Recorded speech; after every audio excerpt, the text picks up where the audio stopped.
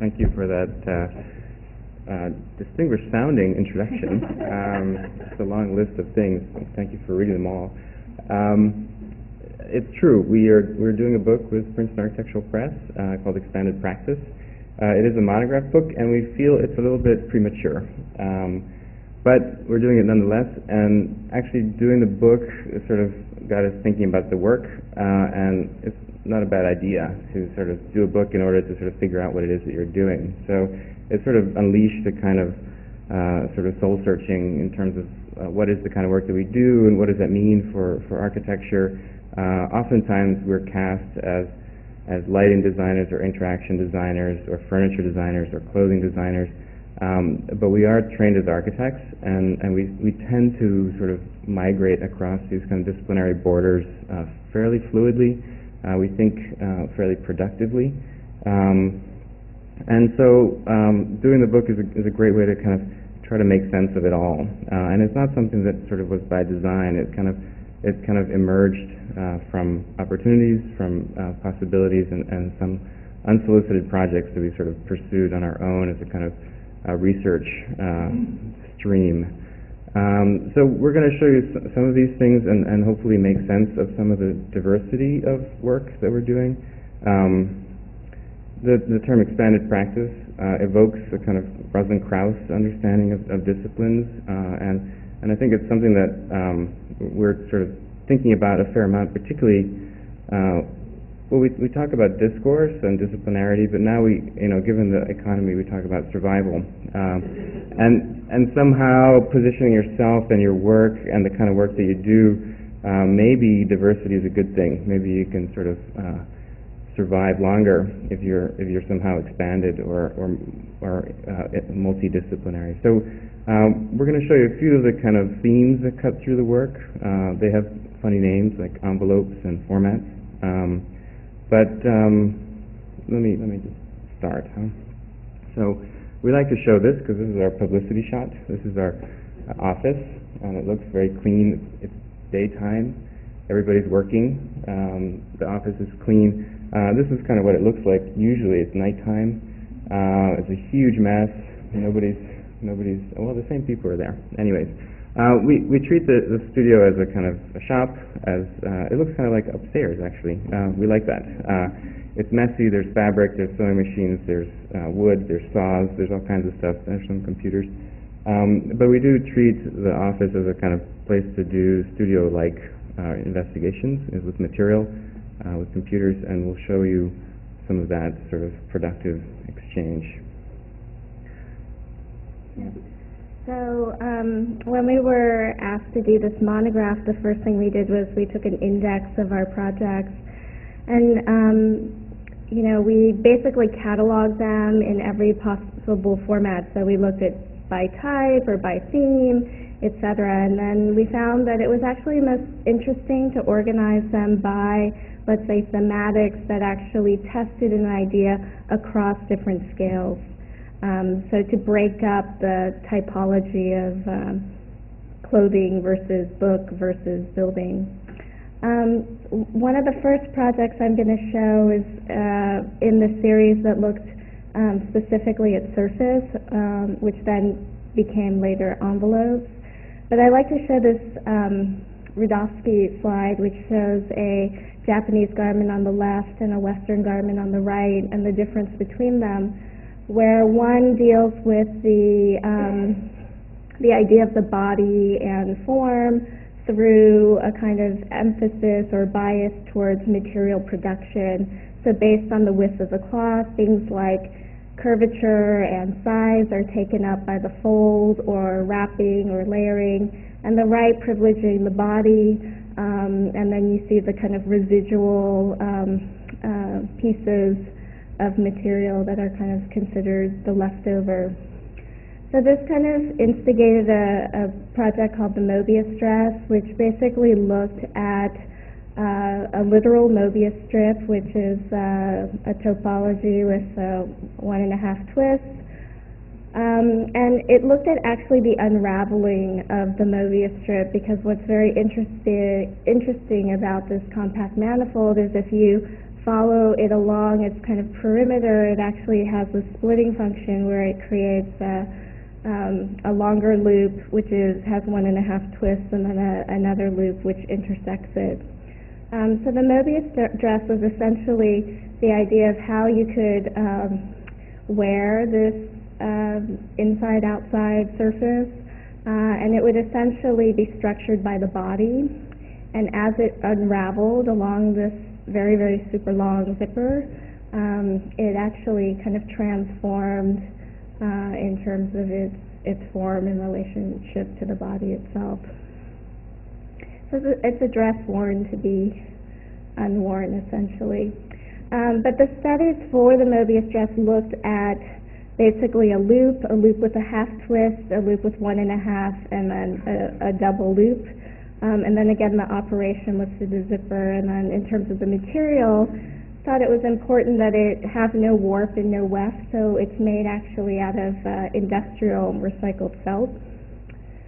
And then another project which kind of built on that one was also looking at the idea of a continuous surface, but in an interior space. And I was asked to collaborate with Enrique Norton on a project at the Guggenheim for the Aztec Empire Show. And the project was basically to design an armature to hold 400, a little more than 400 objects. And the objects vary from 2 tons to 2 centimeters in scale. And the organization was determined actually by a curator. But the first thing we learned was that the objects actually didn't fit in the rotunda if you kind of went straight up the perimeter, so we had to create surplus surface. So we undulated the surface in and out of the bay system within the Guggenheim to create extra length to house all the objects.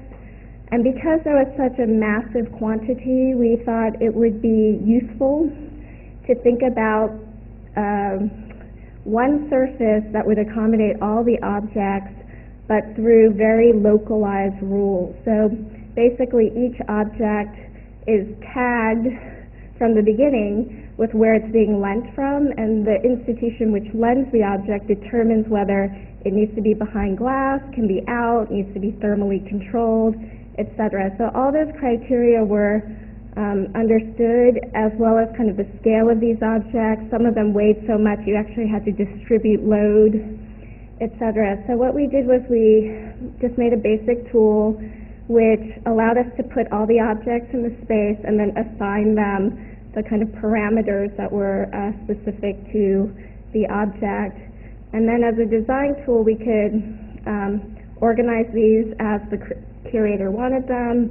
We could suggest alternate ways of doing the sequencing, etc., and then use this as a back and forth design tool with the curator to look at the total kind of spatial manifestation of these ideas. So the actual project materialized in felt, and we used a very dark felt. It's a dark brown black, which was custom created to kind of counteract the whiteness of the Guggenheim. But we also wanted it to be this kind of thick felt such that it kind of absorbs not only the objects but also light and sound. And so it creates this kind of deep, dark, mute envelope against the Guggenheim interior. But it also absorbs sound, which was pretty interesting because the Guggenheim is an extremely live space. But in this condition, the change of the sonic qualities affected your understanding of its spatial qualities. So here are some views. These are like the objects that have to be behind glass. And in the end, the curator determined the sequencing. Here you can see how each object is basically has a custom pocket, we call them, like pocket parameters, and then there's a rule about the transition between the different pocket shelves. In the end, it was actually drawn as opposed to press a button and there it goes. And we tried to be efficient about the radii, etc., even though every shelf was custom so that it could be built a little bit more efficiently. The other thing about the pockets were, in addition to pockets for the actual objects, there were spatial pockets, which created these kind of mini galleries. So if you went back into them, it was pretty amazing. Like, you lost the live sound of the Guggenheim itself. And then, I think I took those out. But on the top level, like, the most difficult thing with the Guggenheim is the top floor and how you deal with that. So some people come up, walk up. Some people take the elevator to ramp 5 and then walk down. So the exhibition had to work in both directions. But at the top, we wanted to, if you walked up, to make the experience continuous. So it's the moment in which you can occupy both sides of the wall. And you actually walk up on this back side, and then you come down on the front side. So basically, you come up this side, and then you walk down that side. So spatially, in terms of circulation, it creates that continuous loop condition. And then this is where we created the environmental vitrines, which are the ones that have specific thermal properties.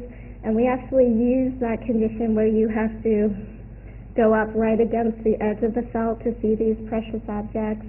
And that thickness or that depth actually created the lateral stability for the wall itself.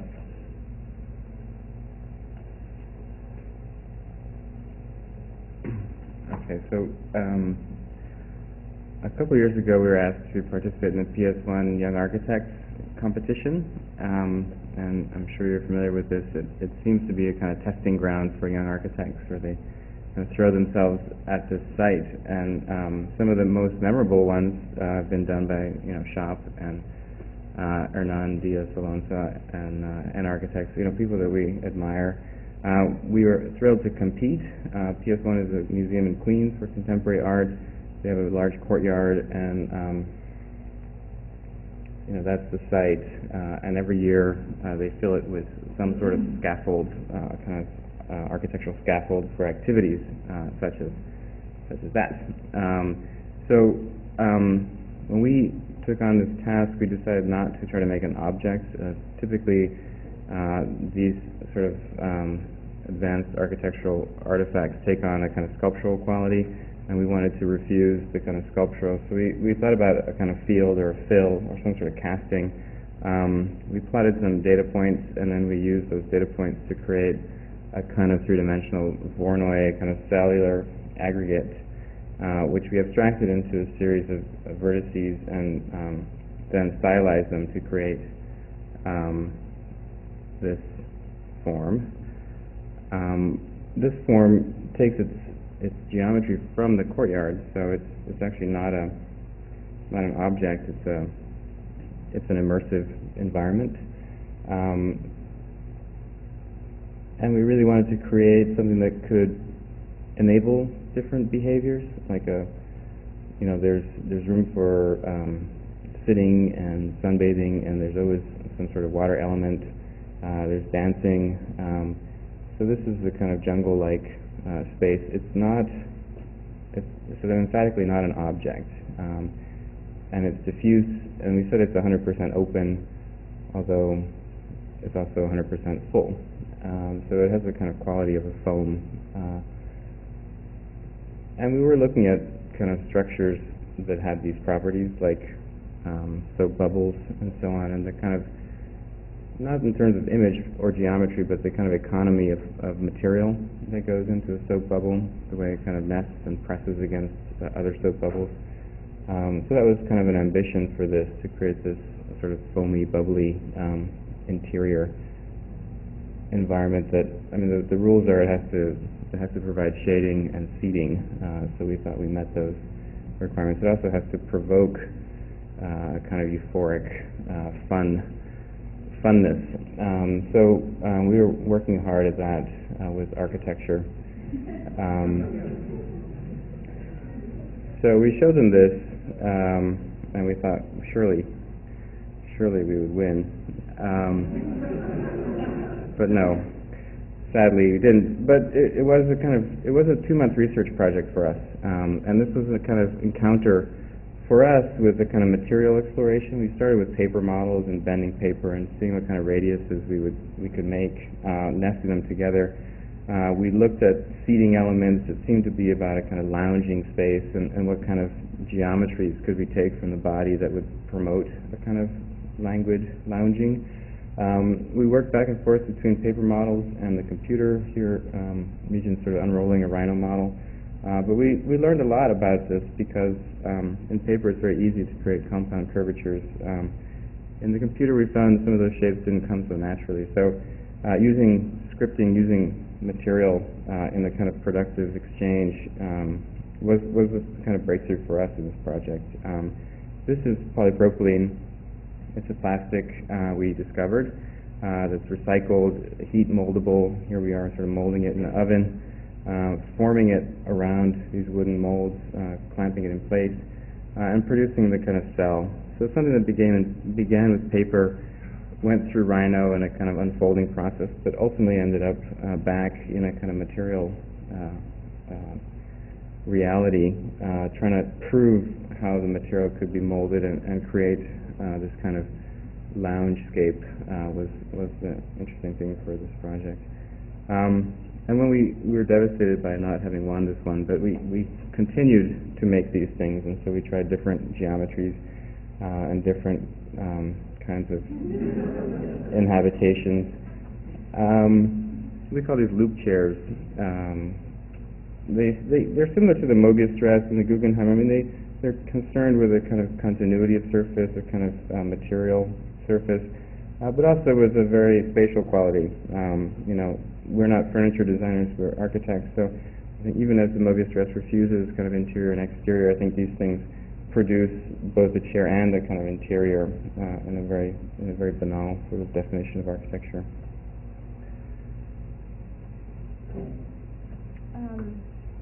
So the next set of projects kind of look at the idea of interaction and our design research in that area. One of the first projects that kind of studied this was called the defensible dress, and basically it was a garment to protect one's personal space from people who were infringing on that personal space. It's an interesting project for us in that it had 3 iterations. The first one was pretty primitive, using servo motors and a microcontroller and a sensor. But then, we actually redid the project a couple years later with a different material. We used nitinol, which is a shape memory alloy. And basically, there's no servos, there's no motors in this thing. And what's happening is when the sensor detects someone has invaded your space, and you can actually calibrate and control what you define as your personal space, then there's an electric charge, and that electric charge actually heats up this tiny wire, which then contracts, and so that's what's creating the kind of lever action and lifting up the pines or quills.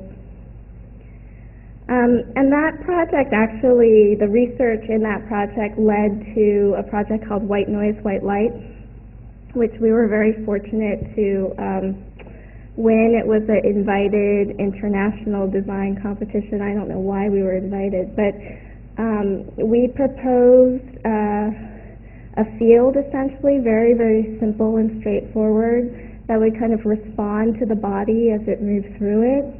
The idea was that this field would occupy the landscape, but instead of being, let's say, choreographed to behave as one whole piece, each fiber optic stock, which is transmitting white light from a set of LEDs below a raised deck, would also emit white noise. And the idea was that it was all about accumulation, but a kind of accumulation, so the definition of white as the accumulation that actually creates a kind of homogeneous condition. And so here basically each stock has a a sensor, and it's responding locally. They're not networked together. And so it's the public that's actually choreographing the effects in this field by their kind of movements through it.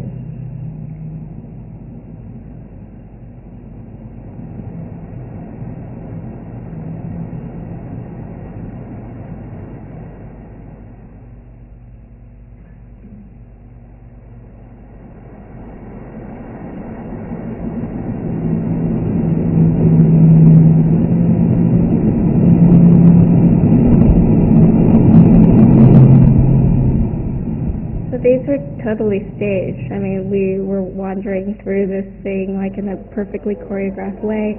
But what was surprising was how it was used by others, and you'll see like it never worked the way we had imagined, because in fact the public was very hard to control and there were a lot of people in the field. So what became actually very interesting about that project was in the end, we realized we were actually just providing this kind of infrastructure for the public to inhabit, and that public was finding all sorts of interesting ways to use that field. So from trying to break it to running through it or congregating around it or in it, etc.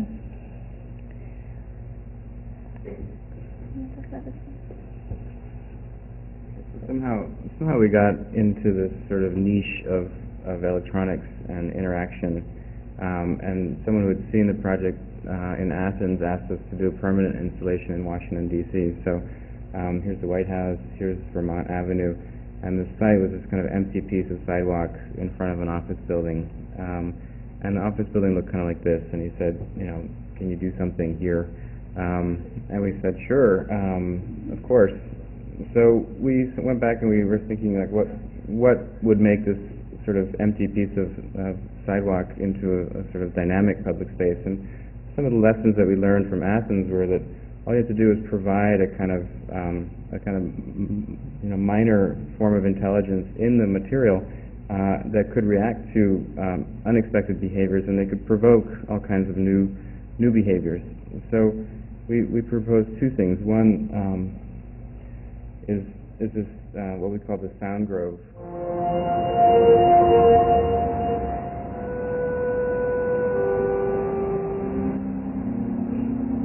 This was also interactive in that as you touch it, it lights up and it triggers different musical notes. Each stock is a different instrument, each segment's a different note. So the idea was that, like white noise, white light, the public would come through and sort of play it on their own. But it uses different technologies. I'll show you some of that. Our hope was that this would transform the public space in front of the building and sort of reposition it as a kind of public space project. The other part of this was what we call the light stream, which is this sort of vitrine which has an LED pixel net in it. And this was also a kind of, we were thinking about the public realm, and in Washington in particular, after 9/11, there's this kind of obsession with surveillance, with control. There's cameras everywhere. We thought maybe we could take some of that feed from a surveillance camera and broadcast it back into the public, so that the public would sort of understand themselves as being within the kind of field of surveillance, but also entertain a kind of playful interaction with the kind of digital shadow. So this is the second part. The light stream part is partially a kind of building signage, and that's what the client wanted. But into that we kind of smuggled this other kind of idea, which was about this kind of playfulness, this kind of ability to overwrite the kind of official content from the kind of commercial sign. And this took the form of a lot of sort of research and development in terms of the electronics themselves.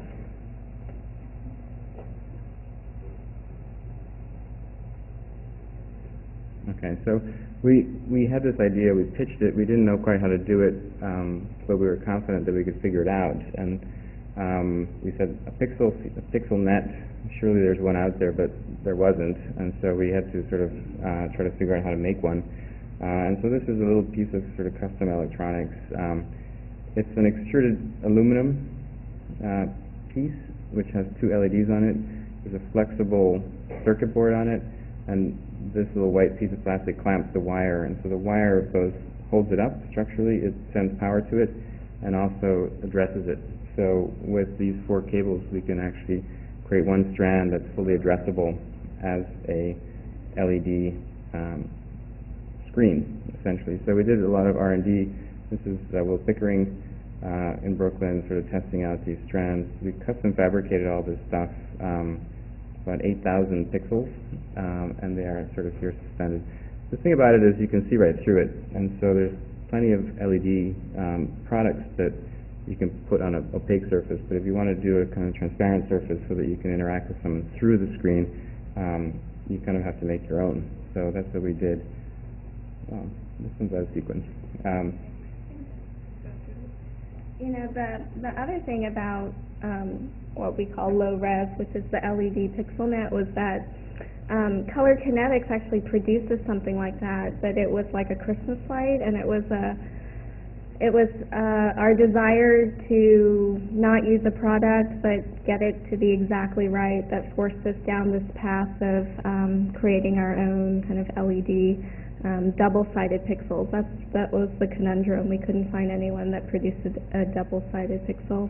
This is just a diagram that actually shows that here, unlike white noise, white light, the poles are networked together. So as soon as you trigger one, all the other poles know which other one has been triggered, and actually it triggers another one in the field. So it tries to envelop or move the sound around to create a kind of enveloping space. This was also a design build project. Our fabricator totally flaked on us and just skipped town. So we were stuck trying to produce this thing ourselves. These are the donut circuit boards, and they have to be donuts because they have to fit between an inner structural pole and an outer capacity sensing pole. And this is my parents' garage. That's the brain of the thing. And basically we had to kind of assemble this thing ourselves with assistance by some electronics engineers. But in the end, we after a lot of pain, we were able to get it done. And I think what was really interesting was, you know, the question of will people touch things in public space? And what we thought was, or what we found to be interesting was, like, kids, they know that they're supposed to play in it. And this girl was like running around, and then I think her father comes a little bit later and yells at her and says, "Don't touch that." You know.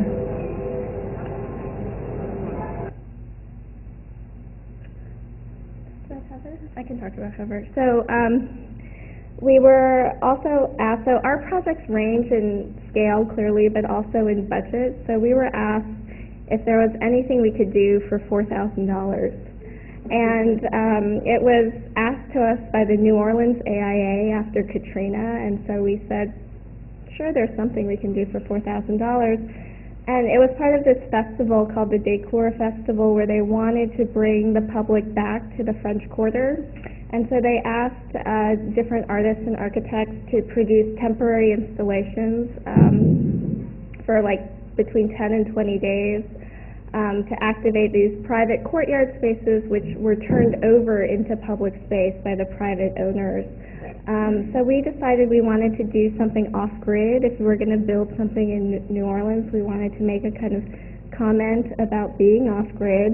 And so we created a solar-powered canopy using basically flexible photovoltaic film. This is the site, and everything was kind of ready-made except a small microcontroller because we were on such a tight budget and tight time frame.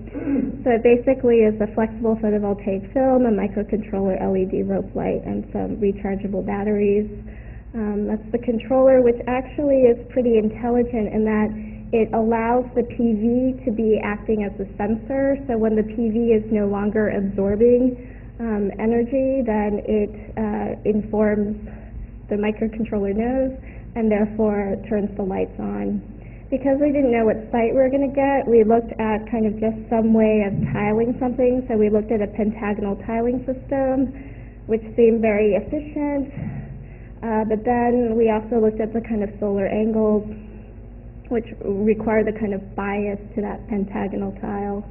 And so there you can see one up in the day, you can see the PVs sort of in shadow, and then the effect at night. And it basically indexed the weather in that based on where it was on the site at night, basically these turn off when they just lose their power. So based on how much light they absorb during the day is how long they can last at night.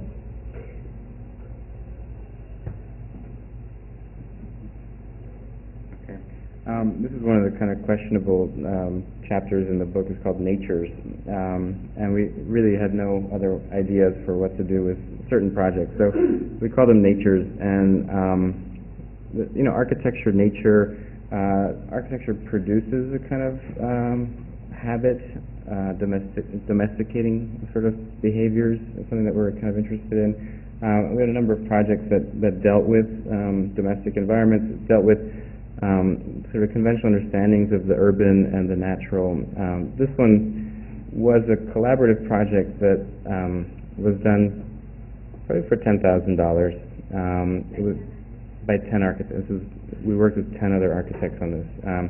We wanted to do something together in Boston. We got together. We couldn't agree on anything, so we did something like this, which is what do we know nothing about, and what do we want to know something about. So we had seen these kind of vertical gardens in Europe, and we thought, let's find out how to do that. So we proposed this idea. We tried chia, which will grow anywhere. It's amazing, but it only lasts for about a week. We were testing different. We had all this leftover felt, so we were testing growing different varieties of grass in felt with Miracle Grow and other things. In the end, we found this product called sedum. You can get it for green roofs. It's fairly hardy, and we had run out of time. So we used the sedum and we kind of stitched it onto this mesh stuff, and then we hung it up with these stainless steel cables. It was a kind of fun project. It was design build, which we swore we'd never do again. But it was a way to sort of do something quickly and effectively and try a few different things. So the idea of a vertical park, you're sort of tipping the landscape upright. Somehow it has no footprint, so we got permission from a building owner to install this thing on their building. They loved the idea of sort of free publicity. But it was something that we were interested in and we wanted to test. And so it's not a kind of thesis about nature, it's more a kind of deployment of a kind of unusual nature, maybe. And there it was. It was only temporary. It was actually for the AIA convention in Boston last year. It lasted 3 months and it bloomed, which was kind of cool. So that was a way to lead into this project, which is a domestic environment. It's a loft building in Boston.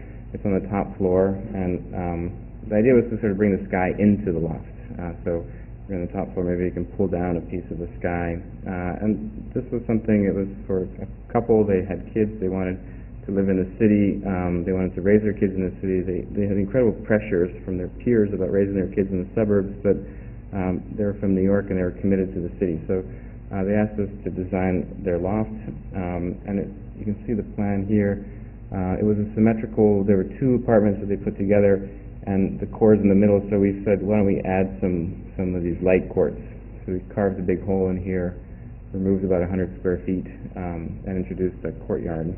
And so this is their kind of, we call it a kind of cube of nature. In the winter in Boston it snows a lot, and you get a lot of snow in there. So they don't have a yard, they don't have a kind of suburban yard, but they do have this kind of cube of nature. There's Eleanor.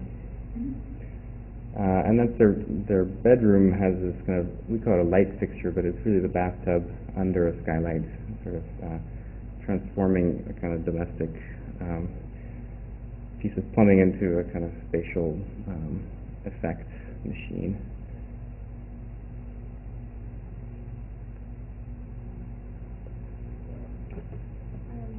I think what's interesting about that house was introducing the weather into the kind of 3 volumes, and also utilizing the daylighting. So because of the bathtub and the shower, those spaces are actually adjacent to the bedroom and the office, and so they receive a lot of natural light in the core, since, like most urban buildings, they only have windows on the front and the back side. The next project I'm going to show also deals with kind of nature in a way, in that we were approached by the city of New Bedford to look at a community boathouse in order to bring the public of New Bedford back to its waterfront. So the Acushnet River was the largest Superfund site in the United States because of the PCB pollution in the river. And they've been dredging it for many years, and it's still a few years off, but the plan is to bring the city back to the river and to plan for a community boathouse. So this project was first taken on as an academic studio, and then it became a office project, and then it went back into the academic studio. But what happened was they just needed a simple structure to store boats, but also the idea of creating a kind of public terrace or a public dock to inhabit. So the landscape basically essentially peels up, creating a giant roof so that you can watch races as they go by. Below it's very straightforward. There's enough for the actual boats, and then a simple community space. And that project, I think it's a couple years away, and we did the pricing drawings for that last year. But I think the students and we also felt impatient, like they're going to have to raise the money. It's going to cost between $3 million and $5 million, et cetera, et cetera. But people can actually use the riverfront now. So what can we do? So we proposed to the city that through a design-build workshop at MIT, we would actually create a kind of floating landscape that you could still launch boats off of. And so the idea was to create a kind of reconfigurable, modular, floating pod that could stack linearly so that you could launch a boat that was the appropriate length, but you could also cluster them into a smaller landscape. So I've never made anything that floated, so this was the first experience with that. We used aluminum pontoons, and we essentially laser cut the whole thing out of aluminum, assembled it, and then floated them down the river. So we thought it'd be really interesting to float them from MIT down to the Acushnet, which actually takes a long time. In the end, we didn't do that. We had to take them on the road. And then dump them on a waterway nearby and then bring them down. So here you can see how the pods configure. This is not the actual site. In fact, they're kind of sightless because they can go anywhere. But we had to prove that it worked and it floated and did, load tests. And this is our testing in the marina to prove it floats. So the last section is called formats, and basically it looks at what we're loosely calling formats because they deal with either packing program or kind of conundrums about organization. So we were contacted by a couple, not this couple, but like a couple. They're a little younger than my parents, and they have a son and a daughter. And both the daughter's about to get married, the son's married, and they basically came to us and they said, we want to build a house that brings our children home. We want our children to come back and live with us. And we said, okay. This is before the recession, so we're like, okay, that's interesting. And I think it's a cultural thing. They're Korean, and so, multi-generations under one roof is not unusual. In the context in which they grew up. But they can understand their children's need for privacy, etc. So what we propose is basically packing 3 houses in one. Because of the site, it's zoned for single-family residential, so the house couldn't look like 3 houses packed in one, but it needed to somewhat operate like one. So the idea was essentially like to create these kind of row houses with sort of party walls. There was a very tight budget, so we needed the kind of minimum footprint and minimum volume. And so what we looked at was just the relationship of the garage and the relationship of the view, and just created a manifold between those two.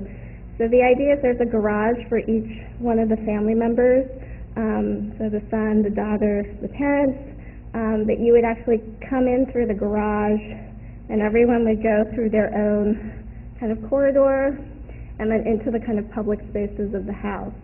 And then later, when you wanted to go to bed, everyone would actually have a separate circulation up to the second floor. So you could never go from here to here, brothers' room to sisters' room. You'd have to go all the way down, probably put some security system, I don't know. But there would be a kind of bigger sitting room space, and then the 3 bedrooms. But we thought it'd be interesting to, create this zone. So like if you had to, you could go out and knock on this glass window. So it creates a little bit of tension, but for the most part it creates enough privacy that they could live together. The site and the section, it's near a creek, an exterior view. So that was that project. Actually, we just finished the bid drawings and got the pricing back for, but it doesn't look anything like this anymore because the children saw it and they said they didn't want to live in it. They wanted to live in a much more, I don't know,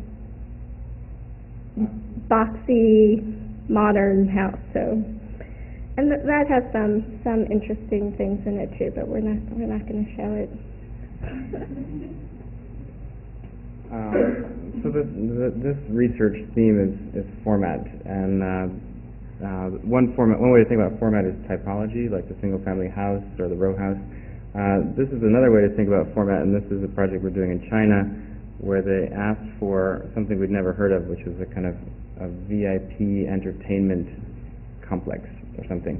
And essentially, it's a 20,000 square foot villa for somebody to entertain their guests, to have their business in, and to live with their family. The rules were it must be contain courtyards, and it must have a sloped roof. By the client. Yeah. So the client said it must reference sort of traditional Chinese courtyard houses, and we thought, cool, a mat building. So we thought we could turn that sort of typology into something interesting as a piece of research. We looked at the traditional courtyards, and we looked at the kind of way that they grow over time, the way that they pack together, the way that they sort of focus inward and up at the sky. We thought this was a very interesting type to try to work with. We proposed something that was kind of cellular, sort of packed structure, where all these roofs are sloped, but the top of the whole thing is this kind of horizontal plane. So we produced a kind of flat top, but locally there are all these kind of cone or inverted pyramids that reference a kind of sloped courtyard roof. And this is what we proposed. There's a zone that's for live with the kind of big boss man with his family, and then there's the kind of entertainment zone, and then there's the office area sort of focused around these different courtyards. So this was a real challenge to kind of work within a kind of building tradition which recognizes and insists on a kind of legibility of form and type, which is the Chinese sort of courtyard house, but trying to sort of update it and trying to make it sort of interesting geometrically, formally, typologically for a more contemporary audience. So this is going forward, and we're actually working on the drawings for this right now. Here's another version of it where the top actually started to pitch. So there's 2 cuts, one sloping this way, one sloping that way. So we lost our flat top, but locally all the roofs are still pitching towards the centers. We had to do these interiors to show the materials. And actually, one of the things that we found very interesting was going there and looking at the building traditions, like these. And there is, I think, a kind of interest, a contemporary interest in pattern and ornament, and there's a kind of resurgence of an idea about complexity, and all those things you do find within these sort of traditional types. So if you look at Chinese screen traditions, there's incredible complexity to their kind of geometries as they sort of intersect. So we were asked actually to look at those things and sort of reinterpret them. So we looked at three particular ones. This was for the building, but also for an exhibition in Shanghai. So one, okay, here's the type. Maybe we could sort of transform that into a kind of gradient of sort of opaque panels and sort of dissolving panels that would sort of stack on top of each other. Another one might take a kind of repetitive vertical, something you might find in a kind of raster condition, and sort of transform it through sort of shifting sort of pivot points or variables within it.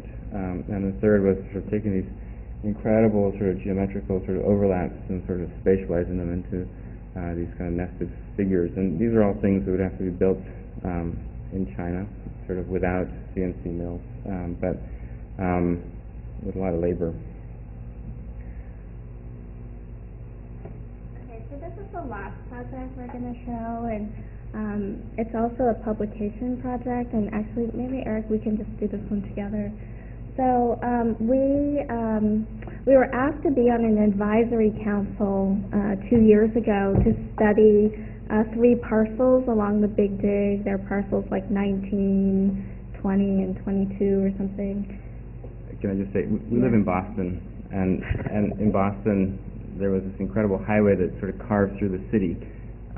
It was called the Green Monster, and it was put in the 60s, and it destroyed a huge swath of the city, and it kind of cut the city in two.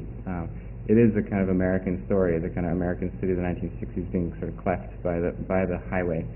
And you may have heard, they spent $13 billion to take it down and bury it, and they call it the Big Dig. So it's the largest sort of urban infrastructure project in U.S. history. It sort of happened right outside of our windows, and sort of looking out the window at the sort of transformation of the city and the kind of promise of a kind of sort of connected public realm was the kind of impetus for this project. That's good. I was going to say that on the next slide, but we were asked to look at 3 of these parcels, and the way it worked was they, there are thousands of engineers, etc., to plan and coordinate the whole Big Dig. And there was one person, apparently, only one, in charge of the surface during that whole time period. So as the Big Dig was nearing its completion, they hired different landscape architects to deal with it purely as a surface condition. And we were asked, as part of this advisory council, to propose some interim programming for 3 of the parcels. And it just got us thinking so much about this project and all the potentials that will never happen because of this kind of separation between the infrastructural or the traffic engineers versus the landscape architects versus the architects. So we proposed this book called Unsolicited Small Projects for the Big Dig, and we got a small Graham grant to start it. And what we did was we just began by learning about our own city. So Boston is pretty much all landfill. So you can see the 1722 context of Boston and how Boston has just kind of grown and expanded over time.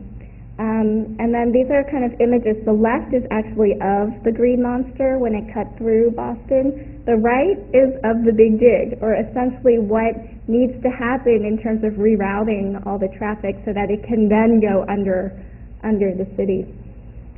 So here's the image of the Greenway. So that's the tunnel that goes underneath, and these nice green landscaped parks that have appeared in the city, and they're fine. We like them, but it seemed like there was some opportunities that we thought were worth kind of speculating on. So one of the things was, basically, even though it connects, and graphically they always draw it so it looks like it kind of connects all across and creates this like great linear park, but there are so many interruptions that nobody actually jogs along this park, etc. The other thing that's interesting is when they dug the tunnel, they had to keep the elevated highway operating the whole time.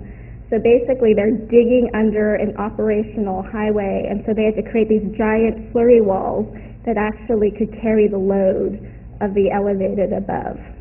So there's the Big Dig is essentially overstructured because it can carry an elevated highway, which it no longer has to carry. So that seems kind of interesting. It carves 155 feet below the city at its deepest point. It also, of course, removed a lot of earth, and a lot of it went to Spectacle Island. So you can see the Spectacle Island, which is in the harbor, and it was the nearest place that they could kind of dump the soil. So you can see how over time also Spectacle Island has changed, and then here's the section, pre-dig and post-Big Dig. And we looked at how landscapes in Boston had traditionally had infrastructural or ecological roles, essentially acting as a sewage system or for allowing sheep to graze, etc. And then we looked more specifically at the Big Dig and the hardscape, softscape, etc. And one of the things we proposed was, do you want to talk? No, I wanted to say something. I mean, the Greenway kind of emerges at a time where we're sort of reconsidering the notion of green. The idea that you could find a pristine site anywhere to build on seems to be a thing of the past. Sites now seem always already occupied by some use. And so the idea of looking at urban sites not as sort of in any way pristine, but looking at sort of the kind of always already in the process of remediation was a kind of condition that we just sort of found prevalent. And so there's notions of, well, how do you reoccupy a site like that, and the desires of a site to be both a playing field, a kind of highway, and a kind of park simultaneously led to a kind of speculative project that might sort of playfully reconfigure that condition. So these projects were unsolicited and probably unbuildable, but we looked at a sort of tri-panel system that could sort of switch, sort of play different roles, both hardscape, softscape, and something else.